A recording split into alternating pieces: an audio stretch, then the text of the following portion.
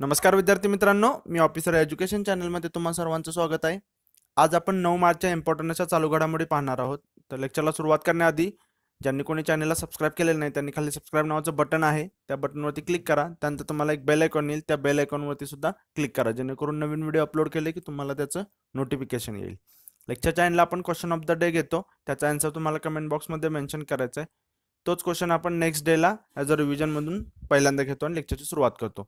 जर तुम्हाला हे लेक्चर युजफुल वाटलं, इम्पॉर्टंट वाटलं तर लाईक करायला विसरू नका. तुमच्या मित्रमैत्रिणींच्या व्हॉट्सअप टेलिग्राम ग्रुपमध्ये नक्की शेअर करा. चला सुरुवात करू आपण आता कालच्या क्वेश्चन पासून. बघा, 2018 मध्ये जगातील सर्वात प्रदूषित शहर कोणते बनले, कोणते ठरले? ओके, तर बघा आपण पाहिलेलं होतं एअर व्हिज्युलन्स अँड ग्रीनपीस संस्थेच्या अहवालानुसार जे होतं ते गुरुग्राम हे जगातील सर्वात प्रदूषित शहर ठरलेलं होतं. म्हणजे याचं उत्तर आहे पर्याय क्रमांक 3 गुरुग्राम. जसं सांगितलं कोणाच्या अहवालानुसार, ग्रीनपीस संस्थेच्या. याच्यामध्ये पहिल्या 10 मध्ये भारतातली 7 शहरं आहेत. ओके, तर तुम्हाला त्या 7ही शहरांची नावं माहीत असणं अपेक्षित आहे. तुम्हाला विचारलं जाऊ शकतं की पहिल्या 10 मध्ये खालीपैकी कोणते शहर नाही आहे, असा काइंड ऑफ क्वेश्चन बनू शकतो. गुरुग्राम तर कळलेलंच आहे. गाझियाबाद आहे, फरीदाबाद आहे, भिवाडी आहे राजस्थानमधलं, नोएडा आहे, पटना आहे आणि लखनौ आहे. ओके, एवढे जे शहर आहेत ते तुम्हाला नावं नोट करून ठेवायचे आहेत. चला बघू आता आजच्या न्यूज. कोहलीचा सर्वात जलद 4000 धावांचा विक्रम. 4000 धावा कोहलीच्यांना येत, पण हे कर्णधार पद भूषवताना 4000 धावांचा विक्रम केलेला आहे कोहलीने. कोहलीने आणखीन एक रेकॉर्ड केलं होतं की कसोटीमधलं 25वं शतक होतं, ते 127 डावामध्ये पूर्ण केलेलं होतं. आणि सचिनचा रेकॉर्ड मोडलेला 130 डावांचा, आणि तसं करून तो जगातील दुसऱ्या क्रमांकावर गेलेला होता. सर डॉन ब्रॅडमन जे आहे ते 68 डावामध्ये केलेले आहेत. हे पण जर तुम्ही नोट करून ठेवा. आता इथे बघा, ऑस्ट्रेलिया विरुद्ध सुरू असलेल्या एक दिवसीय मालिकेतील तिसऱ्या सामन्यामध्ये कर्णधार विराट कोहलीने कर्णधार म्हणून एक दिवसीय सामन्यात सर्वात जलद 4000 धावा करण्याचा विक्रम केलेला आहे. बघा, कर्णधार म्हणून हे तुम्हाला लक्षात ठेवायचं आहे. आणि त्याचं कारकिर्दीतलं आहे ते 41वं शतक त्यानं झळकवलेलं आहे. आणि हे जे आहे 4000 धावा पूर्ण करण्याचा, तो दक्षिण आफ्रिकेचा एबी डिव्हिलियर्स जो आहे त्याने 77 एक दिवसीय डावामध्ये हे जे होतं ते कर्णधार पद भूषवताना 4000 धावा केलेल्या होत्या. कोहलीने जे केलेलं आहे ते 63 एक दिवसीय डावामध्ये हा टप्पा पूर्ण केलेला आहे. आणि आता असं करणारा तो चौथा भारतीय ठरलेला आहे. तर बाकीचे कोण आहेत ते पण तुम्हाला माहित पाहिजे. माजी कर्णधार महेंद्रसिंग धोनी आहे, मोहम्मद अझरुद्दीन आहे आणि सौरव गांगुली आहे. ओके, त्यांचे जे रन्स आहेत त्या पण इथे दिलेले आहेत. ओके, फक्त तुम्हाला हे माहीत पाहिजे, जर असं आलं की कोणी खालीपैकी कोणत्या भारतीय कर्णधाराने 4000 धावांचा टप्पा जो आहे तो पूर्ण केलेला आहे, तर त्याच्यामध्ये ही नावं तुम्हाला तिथे बघायला मिळतील. लक्षात ठेवायचं, एबी डिव्हिलियर्सने पण केलेलं आहे 77 एक दिवसीय सामन्यामध्ये. आणि कोहलीचं सुद्धा जे आहे ते डाव लक्षात ठेवा. ओके, आता इथं क्रिकेटच्या रिलेटेड आलेलं आहे. तर ICCच्या CEO पदी मनु साहनी यांची नेमणूक झालेली होती, बरोबर, ते आपण पाहिलेलं होतं. त्यानंतर तुमच्यासाठी एक क्वेश्चन आहे, ऑस्ट्रेलियाच्या धर्तीवरती भारताने पहिल्यांदाच कसोटी मालिका जिंकलेली होती. ओके, तर त्या मालिकेमधला मालिकावीर म्हणून कोण ठरलेलं होतं? ओके, तर हे तुम्हाला कमेंट बॉक्समध्ये मेन्शन करायचं आहे. ICC हॉल ऑफ फेम आपण बघितलेलं होतं, राहुल द्रविड 5वा खेळाडू ठरलेला होता, बरोबर. ICC हॉल ऑफ फेम मध्ये रिकी पॉन्टिंगचा समावेश केलेला होता, 25वा तो ऑस्ट्रेलियन खेळाडू ठरलेला होता. याशिर शहाने सुद्धा 82 वर्ष जुना विक्रम मोडलेला होता की कमीत कमी सामन्यामध्ये 200 गडी बाद करण्याचा विक्रम होता. त्याने 33 कसोटी सामन्यामध्ये केला. कोणाचा विक्रम मोडला? तर क्लेरी गिमट, ओके, ऑस्ट्रेलियाचे आहेत त्यांचा. त्यांनी जे होतं ते 36 कसोटी सामन्यामध्ये केलं होतं. आणि थर्डला आहे ते अश्विन आहे 37 सामन्यामध्ये. ओके, त्यानंतर आपण WV रमन, उरकरी व्यंकटरमण यांची भारतीय महिला क्रिकेट संघाचे प्रशिक्षक म्हणून नेमणूक झालेली होती. निवड समितीमध्ये कोण होतं हे तुम्हाला माहित पाहिजे. आणि पूर्वीचं कोण होतं? पूर्वीचं होतं रमेश पवार. निवड समितीमध्ये कपिल देव, अंशुमन गायकवाड आणि शांता रंगस्वामी. त्यानंतर स्मृती मंदानाच्या ICCचे सर्वोत्तम वनडे खेळाडू म्हणून जी निवड झालेली होती. ICC महिला ODI आणि T20 team of the year जे होतं ते घोषित झालेलं. त्याच्यामध्ये ODI टीमची जी कॅप्टन होती ती सुझी बेट्स न्यूझीलंडची होती. आणि T20ची होती ती हरमनप्रीत कौर होती भारताची. आणि संघामध्ये स्मृती मंदाना आणि पूनम यादव यांना स्थान होतं, बरोबर. त्याचबरोबर T20 मध्ये वर्ल्ड कपमध्ये शतक झळकावलेलं होतं भारताची हरमनप्रीत कौर हिने न्यूझीलंड विरुद्ध. एवढ्या आपण ज्या होत्या ते न्यूज पाहिलेल्या होत्या. असं तुम्हाला पूर्ण जे आहे ते क्रिकेटच्या रिलेटेड रिव्हिजन होणं अपेक्षित आहे इथे. तर तुम्ही कमेंट बॉक्समध्ये मेन्शन करा कोण मालिकावीर होतं ते. बघू पुढे. India in distress. ओके, तर इमेजवरूनच तुम्हाला समजलं असेल की India in distress by Mamata Banerjee. Mamata बॅनर्जींचं हे पुस्तक आहे. याचं प्रकाशन झालेलं आहे कुठे, तर दिल्लीत झालेलं आहे, ममता बॅनर्जी यांच्या उपस्थितीमध्ये. जागतिक महिला दिनाचं जे निमित्त साधून त्यांनी जे आहे ते त्याचं प्रकाशन केलेलं आहे. तर याच्यामध्ये बघा, तृणमूल काँग्रेसचे राज्यसभेचे सदस्य डेरेक ओब्रायन उपस्थित होते, ज्येष्ठ विधिज्ञ इंदिरा जयसिंग, प्रसिद्ध लेखिका नीलांजना रॉय आणि पत्रकार निधी राज राजदान यांची जी उपस्थिती होती, आणि त्यांनी मग ते इंडिया इन डिस्ट्रेसचं प्रकाशन केलेलं आहे. तर हे जे पुस्तक आहे ते म्हणजे सत्ताधाऱ्यांवरती त्यांनी त्याच्यातून त्यांचं जे मत आहे ते मांडलेलं आहे. मग ते त्यांनी तुम्ही जर मटा वाचला असेल तर त्याच्यात त्यांनी हेडिंगच आहे, हात रक्ताने माखलेले. मग तशा काइंड ऑफ त्यांनी त्यांचे जे आहेत विचार मांडले आहेत. फक्त आपल्याला एक्झाम पॉईंट ऑफ व्ह्यूने माहित पाहिजे की हे पुस्तक कोणाचं आहे. ओके, तर ते ममता बॅनर्जीचं आहे. आता इथे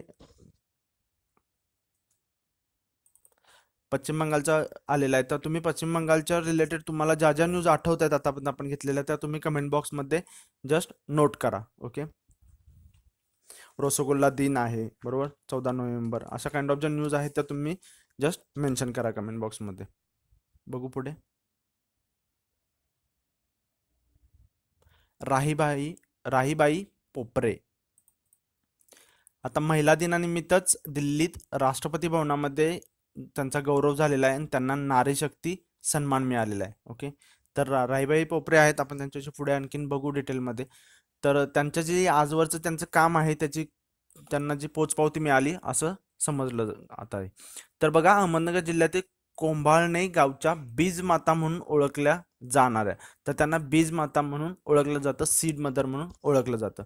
हायब्रिड वाण आणि रासायनिक शेती यामुळे कुपोषणासहित आरोग्याच्या इतर समस्या वाढल्याने विषमुक्त शेतीसाठी कृतीशील प्रयत्न करणाऱ्या राहीबाईंचा जन्म कोंभाळणे गावातला आहे. ओके, म्हणजे जे आपण रासायनिक खते जे वापरलं जातो, तर त्याच्यामुळे जे क्वालिटी जी आहे ती मेंटेन राहत नाहीये, असं म्हणून त्यांनी जे आहे ते मग गावरान वाण शोधणं, त्यांची लागवड करणं, ओके, त्यांच्या बिया काढून त्या संकलित करणं आणि त्यांना इतरांना पेरण्यासाठी देणं आणि त्यांना त्याच्याबद्दल प्रेरणा देणं की या तुम्ही बिया ज्या आहेत त्यांची लागवड करा, आणि मग त्याच्यातून ते उत्पादन घेतात आणि परत त्यांच्याकडून आणि मग ते आहे त्यांचं संकलन करून घेतात. म्हणजे त्या जे आहे ते प्रिझर्वेशन विथ त्या वाढवत आहेत त्याचा.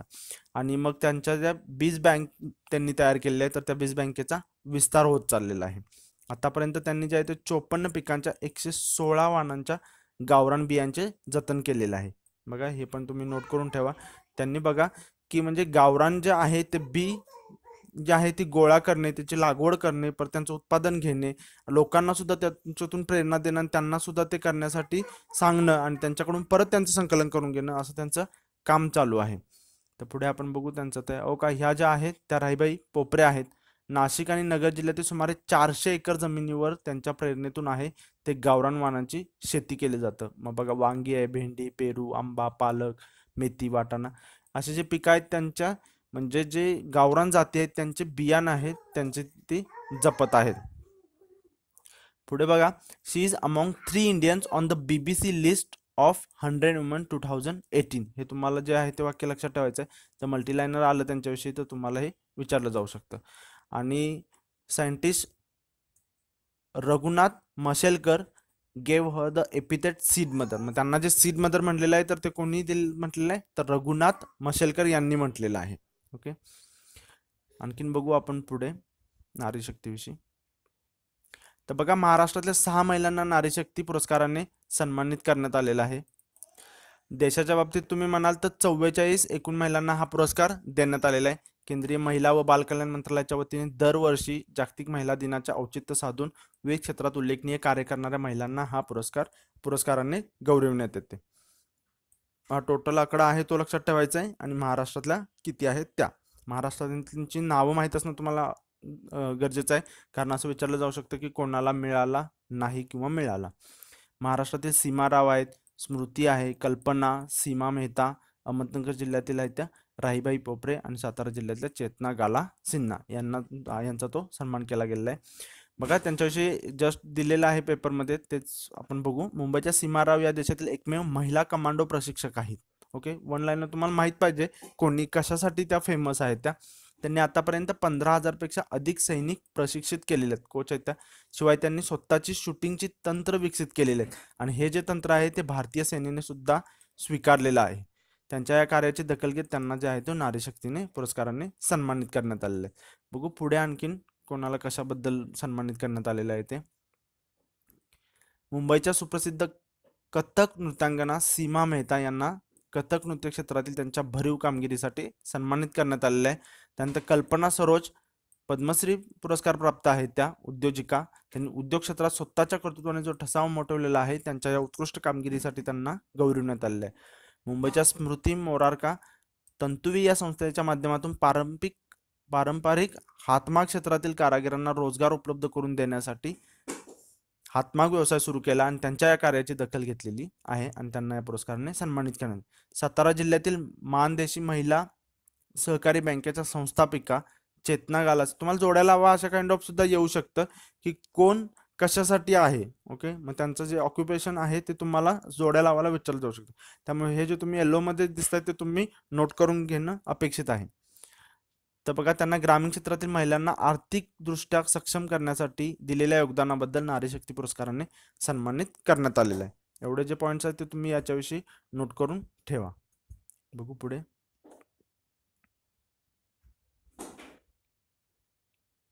आता नारी शक्तीच्या रिलेटेड आलेलं आहे तर तुम्हाला जेंडर गॅप इंडेक्सची इथं रिव्हिजन होणं तुमचं अपेक्षित आहे.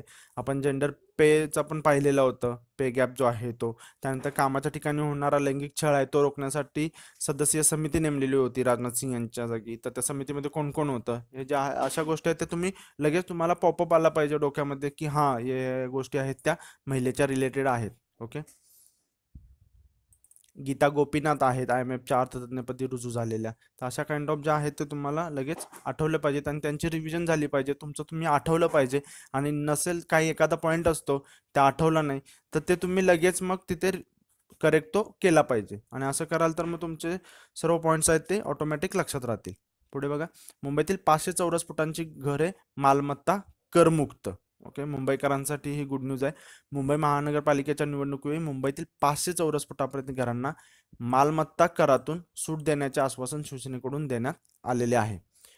बृहन्मुंबई महानगरपालिकेच्या हद्दीतील 500 चौरस फुटापर्यंत चटई क्षेत्र असलेल्या कार्पेट एरिया असलेल्या निवासी गाळ्यांच्या मालमत्ता कर संपूर्ण माफ करण्याचा निर्णय जो आहे तो राज्य मंत्रिमंडळाच्या आज बैठकीत घेण्यात आलेला आहे. ओके, ते जस्ट नोट करून ठेवा की मुंबईमध्ये झालेलं आहे असे.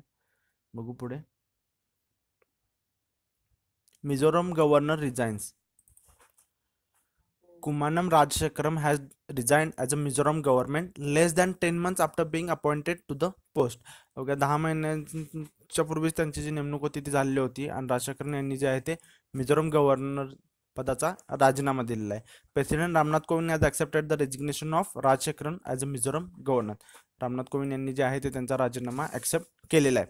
दो the BJP leader is yet to announce the candidate list, state party sources here said chances are high that Rajashekaran could contest from the prestigious Thiruvananthapuram. Okay, म्हणजे ते निवडणूक लढवतील असं ते आहेत. अजून जरी BJPने ज्यांच्या आहेत ते कॅन्डिडेट लिस्ट नसली पब्लिश केली तर जस्ट हे रुमर म्हणू शकता किंवा देऊ पण शकतात ते आता येणारं काळच सांगेल. आता हे आलेलं आहे गव्हर्नरच्या विषयी. तर तुम्हाला गव्हर्नरचं पूर्ण माहीत पाहिजे कारण आता 5 राज्यांच्या निवडणुका सुद्धा झालेल्या होत्या. मग त्या मुख्यमंत्र्यांना शपथविधी देणं, ओके, ते जे कार्य आहे ते, मग त्यांचे जे कलम आहेत तुम्हाला पॉलिटीमध्ये क्वेश्चन बनण्याचे चान्सेस खूप आहेत. तर तुम्हाला ते माहीत पाहिजेत. कलम 164, कलम 163 जे आहे, ओके, 155 आहे. प्रत्येक राज्यासाठी राज्यपाल असतो. ओके, त्यांची नेमणूक जी आहे ती राष्ट्रपतीमार्फत होते. त्यांची पात्रता काय आहे, त्यानंतर त्यांचे वेतन भत्ते कोण ठरवतात आणि ते कोण कोणाची निवड करतात, म्हणजे पदाधिकारी कोणकोणते नेमतात, हे सर्व जे आहे ते तुम्हाला माहित असणं गरजेचं आहे. बघू पुढे. अयोध्या प्रकरणी मध्यस्थी. बघा, अयोध्या प्रकरणी मध्यस्थी होईल असे सुप्रीम कोर्टाने आता स्पष्ट केलेलं आहे. त्रिसदस्यीय समिती स्थापन केलेली आहे. त्यामध्ये न्यायमूर्ती खलिफुल्ला यांच्या अध्यक्षतेखाली मध्यस्थीसाठी त्रिसदस्यीय जी आहे ती समिती स्थापन केली आहे. तुम्हाला ही नावं लक्षात ठेवायची आहेत. ओके, कोण कोण आहे त्याच्यामध्ये 3 श्री रविशंकर आहेत आणि न्यायमूर्ती श्रीराम पंचू यांचा समावेश आहे. सुप्रीम कोर्टाने याबाबत या प्रकरणाबाबत जे आहे ते बातम्या ज्या आहेत त्या प्रसार करण्यावर प्रतिबंध सुद्धा लावलेला आहे. आणि मध्यस्थीसाठी जे आहे ते या समितीला त्यांचं काम जे आहे ते एका आठवड्यामध्ये सुरू करायला सांगितलेलं आहे. आणि 8 आठवड्यामध्ये जो आहे तो त्यांचा अहवाल तो आहे तो सादर करायला म्हणजे त्यांना लागणार आहे. तुम्हाला ही 3 नावं जी आहेत ती लक्षात ठेवायची आहेत. बघू पुढे. आता अयोध्याच्या रिलेटेड आलेलं आहे तर तुम्ही रामायण एक्सप्रेस विषयी कमेंट बॉक्समध्ये मेन्शन करा. नाव क्वेश्चन ऑफ द डे. अलीकडेच कुसुमानम राजशेखरन यांनी आपल्या पदाचा राजीनामा दिलाय तर ते कोणत्या राज्याचे राज्यपाल होते? ओके. आशा करतो मित्रांनो तुम्हाला हे लेक्चर युजफुल वाटलं असेल, इम्पॉर्टंट वाटलं असेल आणि तुम्ही या लेक्चरला लाईक कराल आणि तुमच्या मित्रमैत्रिणींच्या व्हॉट्सअप टेलिग्राम ग्रुपमध्ये नक्की शेअर कराल. भेटू पुढच्या लेक्चरमध्ये. तोपर्यंत धन्यवाद.